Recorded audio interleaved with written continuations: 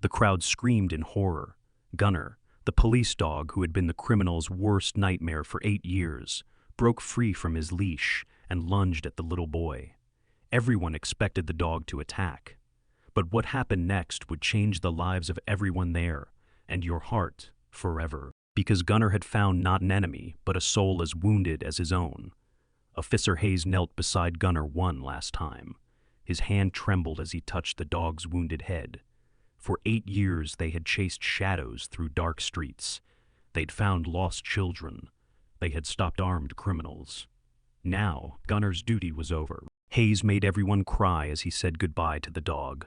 You need a good home and family. You deserve a warm bed. Gunner wasn't looking at him. His dark eyes were looking elsewhere.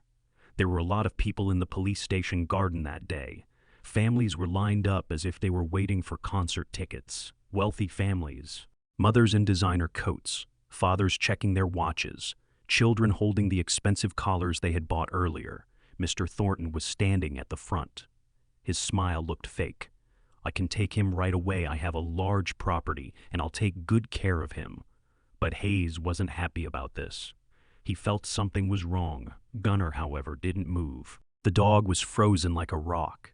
His ears were perked up. His body looked tense. But he wasn't looking at the families. He wasn't looking at the door. He wasn't even looking at Hayes. He was looking at something beyond them. 50 meters away, a small child was sitting alone.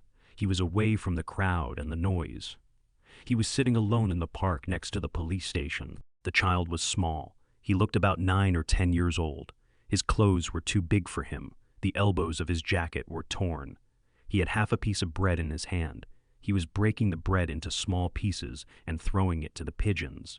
Hayes felt sick when he saw the child. There was a scar on his face. It ran from his left eyebrow to his cheek. The marks on his face told the child's story. The child wasn't looking at the crowd. He wasn't looking at the families. He was just sitting there quietly. But Gunner had seen him. Gunner, come on, buddy. Meet your new family. Gunner didn't move. Mr. Thornton approached the dog. Is there a problem, officer? No, sir. I think he is acting this way because of the crowd. What Gunner saw at that moment would change both their lives forever. Well, can we meet the dog? Hayes pulled on the leash. Gunner, come here. Gunner's eyes were still on the child. The child had now thrown the last piece of bread he had. He slowly got up. He walked towards the trash can. His head was bowed. The dog suddenly jumped up. Gunner, stop. The dog pulled the leash from Hayes's hand. It started running towards the child. Families screamed, some backed away. One mother picked up her child. Oh my God, it is attacking, she yelled. No, he won't attack. Gunner, wait. By the time Gunner reached the park fence, the child had turned around. His name was Luka. The child's face now wore an expression of fear and bewilderment. He took a step back. His back was against the wall. Please, I didn't do anything. Don't hurt me. Gunner stood a meter in front of him. He just sat. He didn't wag his tail. He didn't bark. He didn't jump. He just stood there and looked at the boy. It was as if he was saying, I see you. You are not alone.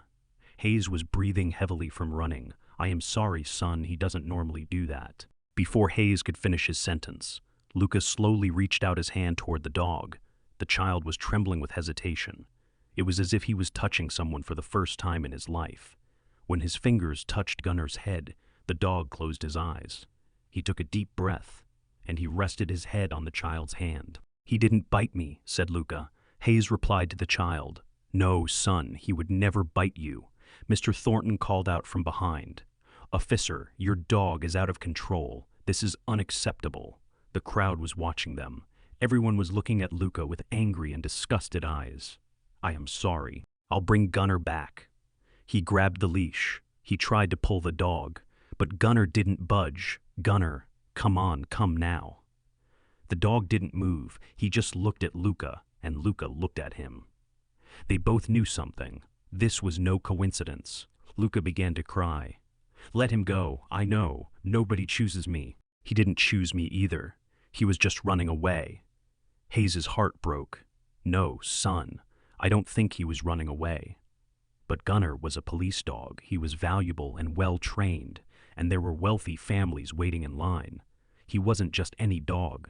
But Gunnar had learned one thing in 8 years: the real danger isn't always visible. Sometimes the greatest danger is leaving someone behind. Mr. Thornton joined the conversation. Enough. This dog is untrained. I am leaving. The other families did the same. Everyone turned around and walked away. Some shook their heads. Some grumbled expensive collars were thrown away. Hayes panicked. Wait, please, Thornton turned. An uncontrolled animal. Good day, officer. Within 10 minutes, no one was left in the yard. Hayes, Gunnar, and Luka remained. The dog was still sitting motionless next to the child. It acted as if this was where it belonged. I have to take him back at the end of the day, Hayes said. He wasn't looking at Luka. If no one takes him, he'll be sent to the shelter. Luka looked up. The shelter. Yes. What happens there? Hayes didn't answer. Old dogs didn't stay long at the shelter. Why doesn't anyone want him? Hayes knew the answer, but he couldn't say it. Because he has flaws, he is old and scarred. People want perfect things. Luka lowered his head. His fingers touched the scar on his face. I understand. Then he stood up. I live at the orphanage in St. Catherine. They found me on the street when I was 5. Someone hurt my face. I don't even remember. Hayes's breath caught. Families come to see us every month. They pick the little kids and babies. When they come to me, the ones who see my face turn away. Gunnar groaned softly and painfully. So, I understand someone like Gunnar. Nobody wants imperfect things. But I want him. Hayes looked up. What? I want him. Can I adopt him? Son, you are 9 years old. You live in an orphanage. You can't take care of a dog. I know it is impossible. I am impossible too, so we're a perfect match. Hayes understood at that moment. Gunnar had worked with him for 8 years. He had found bombs. He had found the missing. He had stopped criminals. He had never failed, because Gunnar had found someone who needed him. Wait here, Hayes said. He took out his phone. He dialed a number. Mrs. Calloway, this is Officer Hayes. Are you in charge of St. Catherine's orphanage? Listen, I need to talk to you about something. A few hours later, they went to the orphanage. Mrs. Calloway was standing at the orphanage door. She had a pile of papers in her arms. This has never been done before. An orphanage child has never been allowed to adopt a dog. Luka bowed his head. But the officer told me something. Sometimes rules aren't as smart as hearts understand, he said. She looked at Luka. Gunnar can't be yours. Luka, legally he can't. She paused. He can be the orphanage's official guard dog. He can stay with you. He can sleep with you. He can go for walks with you. And when you turn 18, he'll legally be yours. Luka began to cry. Really? Luka sank to his knees. Gunnar came right over. This time the child didn't hesitate. He hugged the dog. He clung to him as if his life depended on it. You chose me. Nobody else chose me, but you did. Gunnar rested his head on the child's shoulder. Hayes, watching from a distance, cried for the first time in 8 years, because Gunnar had completed his final mission. He had saved a life. Without guns. He had completed his mission simply by feeling. 3 months later, the garden of St. Catherine's orphanage had changed. It had become Gunnar's home.